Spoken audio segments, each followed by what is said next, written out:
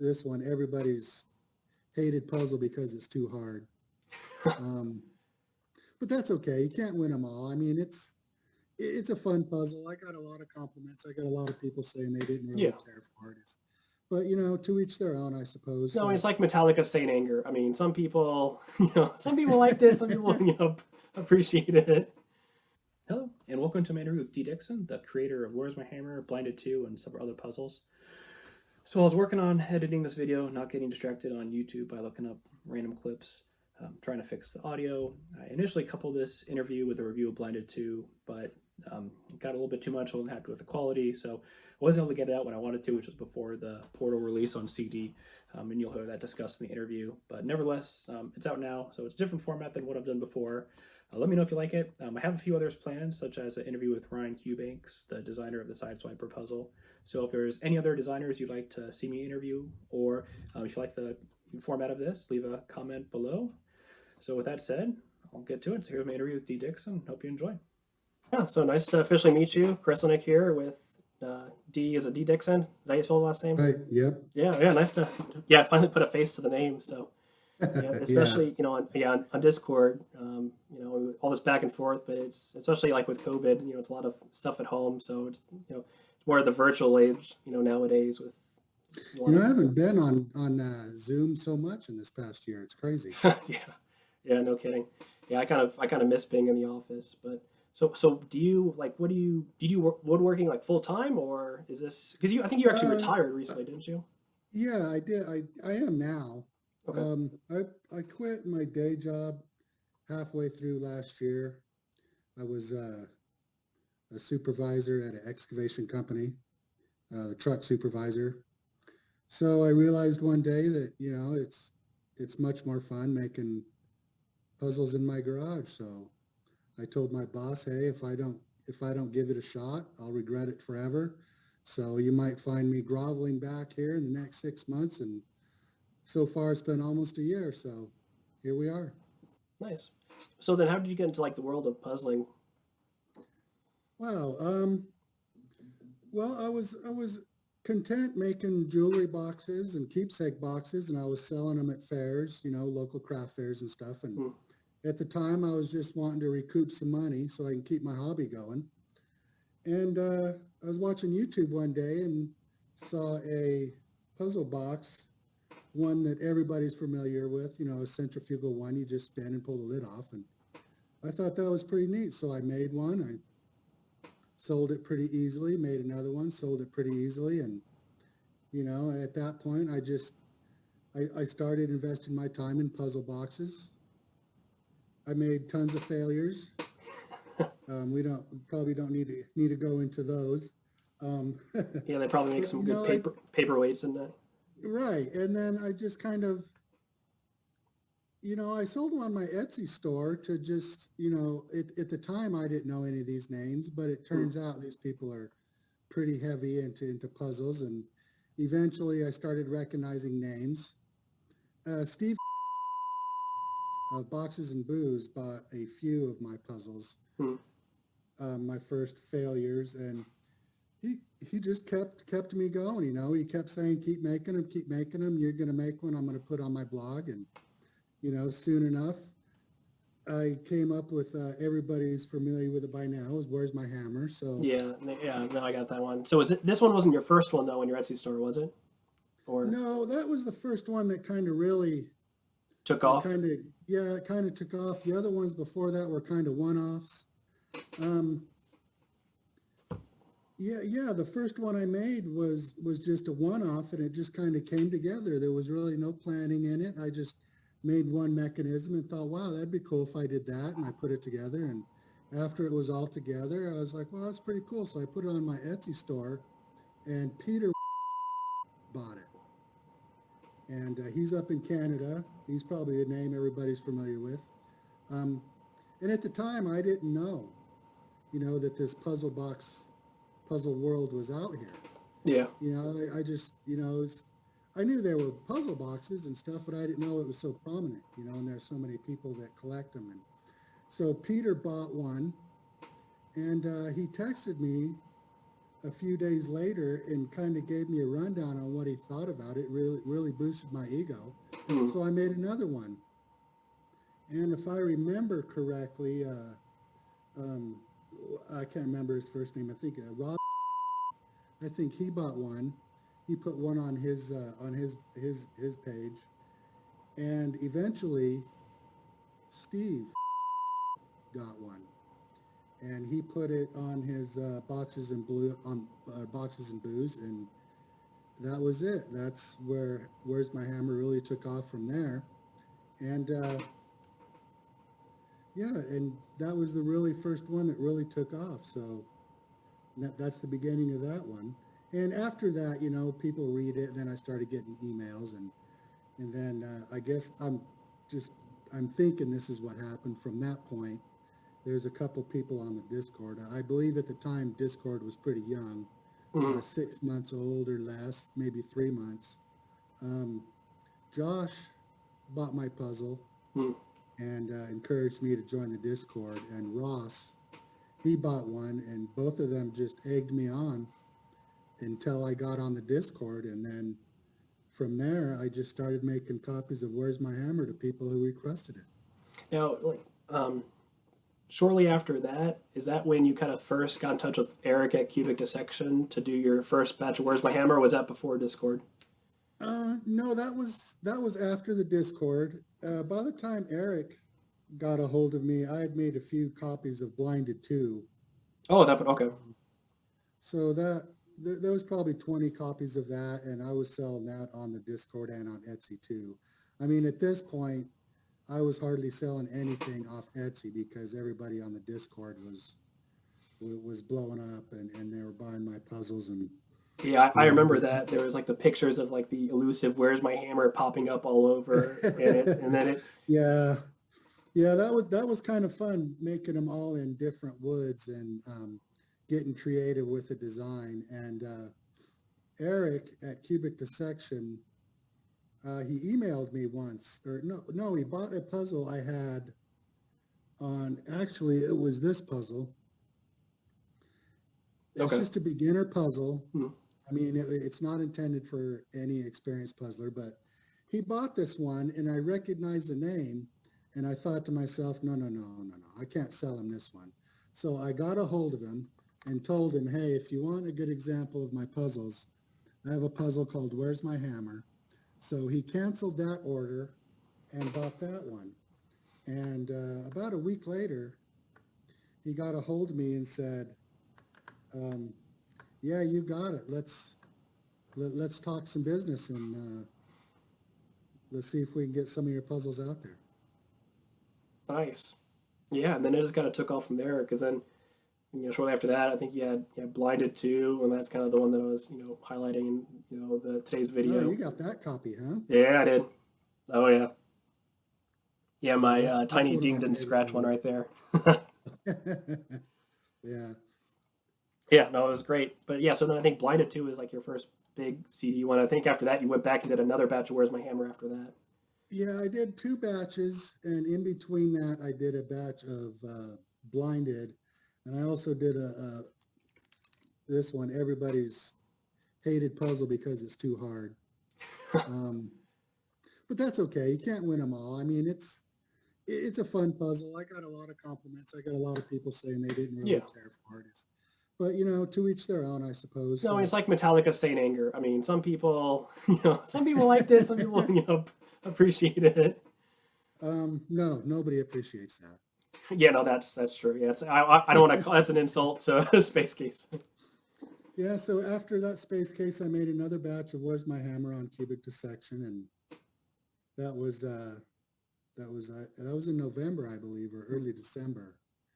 And since then, I've been working on a puzzle box called Portal. I just finished that up about a month or so ago. I got a few Yeah. early copies out there for just to kind of get the feelers out there. I mean, I don't want to put out something that people give me bad feedback on. So, it seemed to went over okay. And this is one of the copies I made. It's Is that Red Heart or Pad? This one is, yeah, it's it's hard for me to rate the difficulty of my puzzles for obvious reasons. I know how to do them. So, Yeah. I guess it's, I don't know, 6 or 7 out of 10, I suppose, is what I'm hearing. So, Yeah. not too easy, not too hard. A fun run through from what I understand. So, and that's going to be released on cubic dissection here in the next couple weeks on April 5th, I believe is the Yeah. next Yeah. one. So, Yep. So, I'm sure I'll get a bunch of emails after that. And that batch was a small batch, so there's not going to be a whole lot released, not as many as I want. So I'm currently working on another batch of portals. So those who don't get one, there'll be another release shortly after, a month or two. okay. Gotcha. Yeah, I was looking up kind of the upcoming release. So yeah, it's a Monday, April 5th, 3 p.m. Eastern. Yeah, Portal by Dee Dixon. Yeah, Five Sinatra has a great review on it. So Yeah, he's a good writer. I like reading his stuff. Maybe it just boosts my ego, but yeah, I like reading about his stuff. So yeah, he's a good writer, I think. Yeah, very good. He also writes. He does my descriptions too that I send to Eric on the puzzles, and Oh yeah. he writes the solutions too. So if you ever get a solution and it doesn't help you out, you can blame Brent. See, that's why I like the virtual medium better because I'm not I'm a horrible writer. Thank goodness for spell check. Yeah. So then, do you have a couple puzzles in the work? Like, are you designing right now, or? I'm going back and forth on a prototype. I don't want to really share it. It's too early? there's too much that could change, and it's in a lot of pieces right now that might give away part of the solution. But I think it's going to probably be my most ambitious one so far. Maybe, the more I work on it, the more I think it's in a style of, say, Kel Snake, and he's got a lot of stuff going on the inside, a lot of gears or springs or secret mechanisms and that kind of sort of thing. So it's going to take me a while to get through it all and to get it how I want, but I think it'll be a fun one. Now, how do you kind of come up with the names of the puzzles, or is that based on your testers, or how does that work, or is that kind of varies? Most of the time, the names, they come to me quite easily. Portal was just absolutely the worst. I could not come up with a name for that. That name was on the tip of my tongue for the longest time, and then I put it on the Discord, hey, I'm struggling with this name, and I got a lot of names, and a couple of the members mentioned Portal, and it just, the more I thought about it, the more it made sense. It's got the circles, and it worked out good. So it's a good name for it. But yeah, for the most part, the names kind of, by the time I finish it, they pretty much write themselves. I try to get names that kind of pertain to the puzzle, but don't really give anything away. I don't want to give any clues away Right. by the name. So, I don't want to name a puzzle sliding panel. Yeah. Spin, twist, and get the pin out. And, yeah. Right. So, but yeah, sometimes I struggle. Most of the time they write themselves. Very good. Yeah. So a couple early examples. Before, here's another one. This one was done before Where's My Hammer? It's just, all this stuff stems from just, easy keepsake boxes. And, for them, this one is way too easy. So I won't reproduce it for anybody. They'll get disappointed. And so, all these boxes just stem from, I basically think of how I want to make a lid, how I want to make an opening, and how can I trick somebody into thinking that that's, how to open it when it's not. So, and there's a lot of failures that go into it, but, once in a while I come up with something that's kind of tricky. yeah, I know Space Case. Yeah. Yeah, that one I sent out. I sent that one to Josh, and he replied back, hey, dude, this is too easy. Space Case, really? Yeah, the early prototype. So I kind of just was like, oh yeah. It's kind of, I'll show you kind of thing. And Well, that was the initial one was like the Metallica one, right? Well, this is an early prototype too, a space case. There you go. I remember you got You this can do that, the so. CNC router, so you were Yeah, I was just starting out on the CNC, and I figured I would, see what kind of dumb little things that I can put on top. So that was one of them. So there's a few prototype space cases out there. nice. So then are you kind of in your shop right now, or is this your house? Or Yeah. I got all this stuff set up on my saw because my work table has work in progresses on it. So I'm just kind of using my table saw as a table. nice. So is your shop kind of like an extension of your house, or? Yeah, it's a 4-car garage. Cool. That my wife was kind enough to let me have a bay. So I kind of turned the bay into a little work area, and then I got more tools, and then she was kind enough to give me 2 bays. And then I started making money, and then she's kind enough to give me 3 bays, and now she doesn't even park in the garage anymore because she doesn't have her car full of sawdust. So I don't know. One of these days, maybe I'll get a legitimate shop, but so far I'm content. It's just me, and my sons help me once in a while, so I'm fine with just tinkering around in my garage. It suits me for the time being. Gotcha. Now, does your son kind of help design any puzzles or anything like that, or is he just kind of pops in and Um, out kind of briefly? Or yeah, he does actually. I got 2 sons that are kind of involved a bit. They come to me once in a while and say, "Hey, this would be cool if you did this, and this would be cool and if you did this." And some of them are workable, and some of them aren't. But yeah, I got one son who's got an idea and he wants me to make it, and I just have to figure out how to make it workable, and I'll give him credit for it, and we'll see how that one goes. So yeah, that's one that he was proud of. He he doesn't really help me too much often. He's got his day job, so by the time he gets home, my day's over, his day's over. But maybe one day he'll get back in here. nice. It's kind of like, yeah. So does he do any of the woodworking too with you, or? Yeah, he was helping me with the planing, and just milling it down to the size and the glue ups and all that kind of stuff. So he's kind of a hands-on kind of person. So I think if I ever went somewhere, him and my oldest son, I would ask them two to help me. Kind of make a family thing out of it, I hope. But if I ever did that, I'd hate to fire my kids. So I hope they do a good job. Yeah. You can't see too much. And over here, I'm working on, I don't know if you can see that.